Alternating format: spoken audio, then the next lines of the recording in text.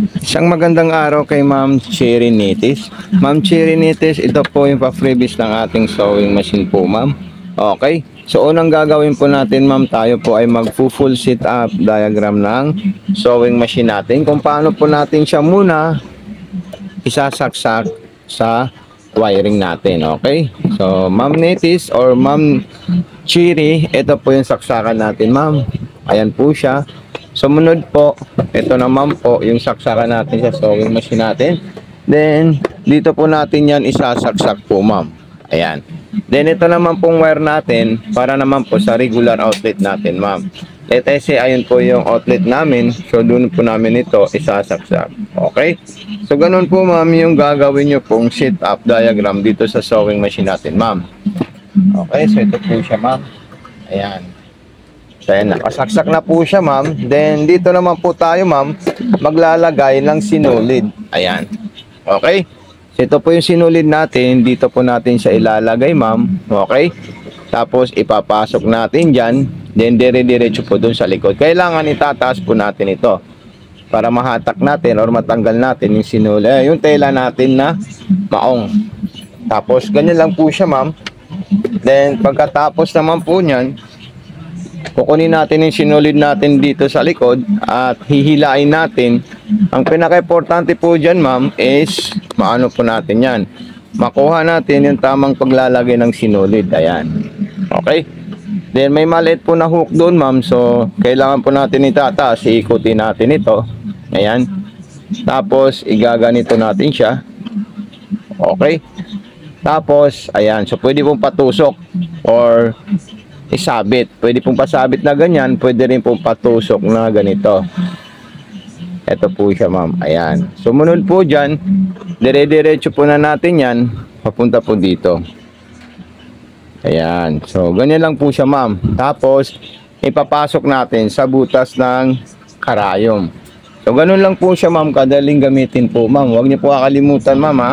Or, i-PM niyo po kami sa Mato Sewing Machine Vlog sa FB page namin para po ma-tutor namin kayo. So, ayan po siya, ma'am. Ipapasok ko na po siya sa butas ng karayom. Okay? Sa ilalim naman po, ma'am, ganito naman po siya. Ayan. So, ito po siya, ma'am. Ayan.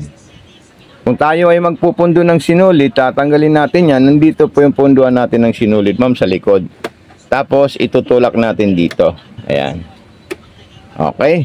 So, functionable po yan, ma'am. At ito naman po yung paglalagay natin ng tamang bobbing. Ayan. Tapos, ipapasok natin dyan. Dire-diretso lang po yan, ma'am. Ayan. Tapos, yun. Gagawin natin yung pagtusok sa butas ng karayom po, ma'am. So, ayan po siya, ma'am. Naitusok ko na po sa butas ng karayom para makain niya yung sinulid sa ilalim. So, ikutin nyo po ito, ma'am. Ito, aalalayan nyo po ito, ma'am. Ayan. Okay. So, pag nakita nyo nagsama yung dalawang sinulid, hilain nyo na po siya. Ayun. Nilabas niya po yung sinulid. Nanggaling sa ilalim, ilalabas niya sa itaas. So, ayan po siya, ma'am. Okay, then ilalagay po natin ito, ma'am. Ayan. Then dito po tayo pipili ng mga design, straight line, pang manipis. Ito po siya, ma'am. Pang cotton, ayan, pang maong ito. So, dahil maong ang tatahiin natin, so dyan tayo sa pang maong po, ma'am. Cherry Nitis. Okay. So, ito yung start button tsaka stop button. So, sasaksak natin siya ulit. Ayan. Okay. Yung reverse, ito po siya, ma'am. Ayan. Long press po lang natin yan para umatras po yung sewing machine natin. Naka-high, pwede nyo po siya ilagay sa low speed. Okay. So, ito po siya, ma'am. Ayan. So, pwede natin ipakita kay Ma'am Nitis yung ginawa po ng ating sewing machine. So, ayan. So, palitan nyo lang po siya, ma'am, na parehas ng sinulid po, ma'am. Kung red, lahat po sila red po, ma'am. Okay, so ayan po siya, ma'am. Napakaganda at napakasarap gamitin. Okay. Then sunod naman po natin dyan, kung tayo ay magsisigsag, pwede po tayo magsigsag ng 1, 2, 3, 4. Ito pang manual embroidery, din scallop, garterize, din button holder. Ayan. Makikita nyo po siya, ma'am, talagang functionable talaga yung sewing machine natin. Okay, so stop natin siya, ma'am. Ayan. So, ang ganda po ng performance niya po, ma'am. Tapos, kukuha po tayo ng pang borda. Ayan. Manual embroidery po, ma'am. Kayo na po, ma'am, yung bahala dyan mag-design kung anong gusto nyong design po, ma'am. Let's say gusto nyo pong design is yung pangalan nyo. So, pwede nyo po dyan ilagay po, ma'am. Okay? Ayan, napakadali lang po to, ma'am, pag-aralan. At napaka-basic po siya, ma'am. Then, yung scallop naman po niya, ito naman po siya. Ayan. Ayan, napakadali lang siya gamitin, ma'am. At yung button holder naman po niyan, so sundan natin, ma'am, yung button holder natin, ha. Kasi meron po tayo ditong 1, 2, 3, 4. Ayan. So, okay. So, ayan po yung scallop. Then, dito naman po tayo sa garterize natin. Ayan. Ang garterize naman po yan, ma'am. Dalawang klase. Yung 3-step at saka yung WB-shape. Ayan. Then, dito naman po tayo sa button holder. Ayan. Pag button holder, kunti lang po yung ililier natin dito sa 2 and 4, ha. Huwag masyadong mataba at huwag masyadong makapal. Ayan. Tapos, ayan po siya, ma'am. Then, number 3, atras na po siya, ma'am. Ayan. Kung meron po kayong concern at katanungan, huwag po kayo mahihiya, mag-video call sa amin, ma'am. Okay? So, ayan po siya, ma'am. Tingnan natin yung ginawa po niyang performance at para makita po ni Ma'am Cherinitis. Okay, yung paglalagay ng sinulid, kailangan po natin yun, ma'am. At yung kulay, kailangan parehas po sila, ma'am. So, ito lang, sample lang natin to, ma'am, para makabisado nyo po yung sewing machine at mapanood nyo po siya, ma'am. So, talagang napakaganda po siya, ma'am. Ayan po yung paprevis natin dito, ma'am. Kompleto na po yan, ma'am. Tsaka yung transformer po natin, ma'am. Ayan, isang seat na po yan, ma'am. Gagamitin nyo na lang po siya pagdating sa inyo. So, thank you so much. God bless and more power po, Ma'am Cherry White. Mabuhay po kayo, ma'am. Ang magandang araw kay Ma'am Maricel Pineda. Ma'am, ito na po, ma'am, yung in-order nyo pong sewing machine natin, ma'am. Okay, so ituturo po namin sa inyo yung wiring diagram ng ating sewing machine kung paano nyo po siya isasaksak sa ating wiring. Ayan. So, ito po, ma'am, yung transformer at ito naman po, ma'am, yung ating saksakan. So, dyan po natin isasaksak, ma'am. Okay? So, ayan po siya, ma'am. Okay po, ma'am. So, ito po yung wire ng ating transformer at yun po ay isasaksak natin sa regular outlet natin, ma'am. Okay? Ngayon, tayo po ay maglalagay ng sinulid, ma'am. Kung papaano po, ma'am. So, napakadali lang po yan, ma'am, dahil dito po tayo maglalagay, ma'am, ng sinulid sa itaas. Okay. So, ito, kukuha lang pa ako ng sinulid po, ma'am. Ayan. Okay. So, ito yung sinulid natin, ma'am. Dito po natin ilalagay. Sasawit natin dito at dito rin. Okay. Then, ngayon po, ma'am, ang kailangan natin ipasok dito. Dalawa po ito, sa likod tsaka sa harap. So, dito po tayo sa gitna, ma'am.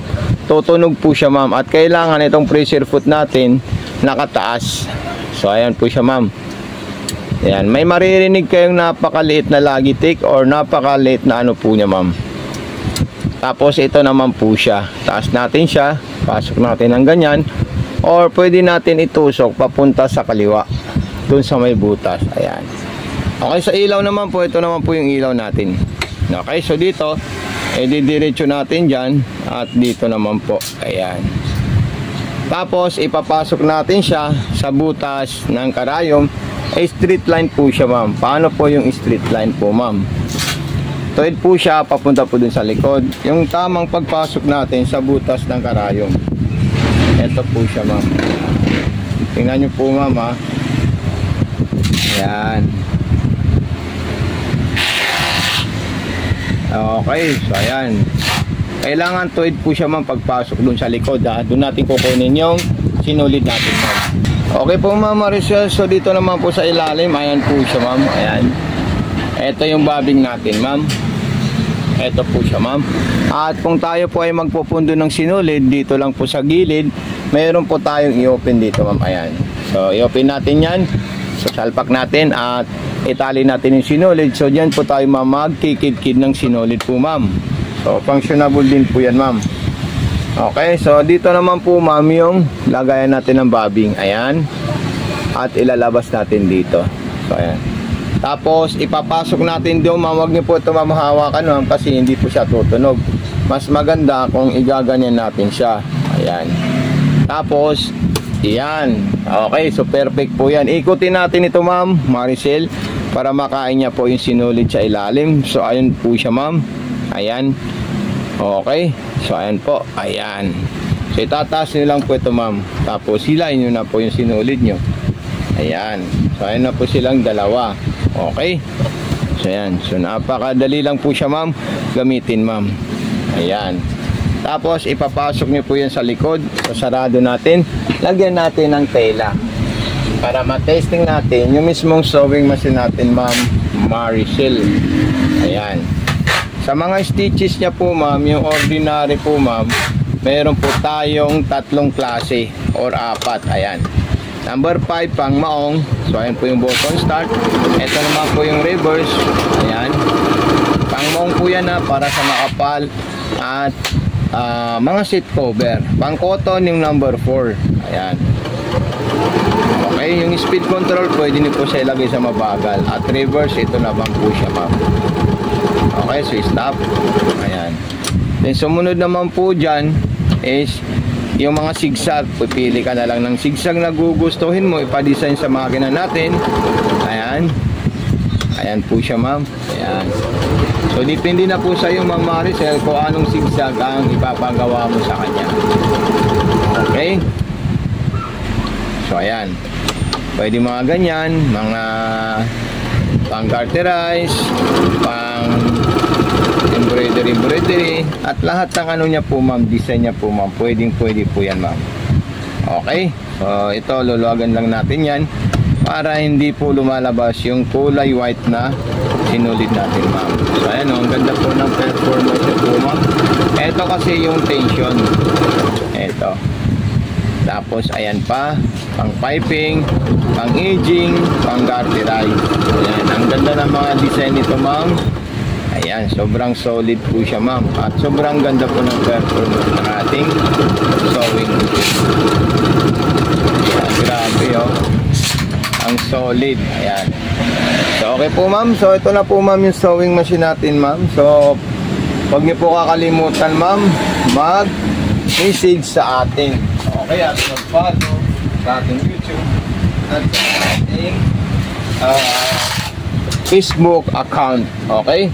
So, sa Facebook account, doon po kayo, ma'am, tatawag anytime para mas-tutor at ma-guide namin kayo dito sa ating sewing machine po, ma'am. Okay, so ayan po siya. Ayan. So, ilalagay ko lang ito, ma'am.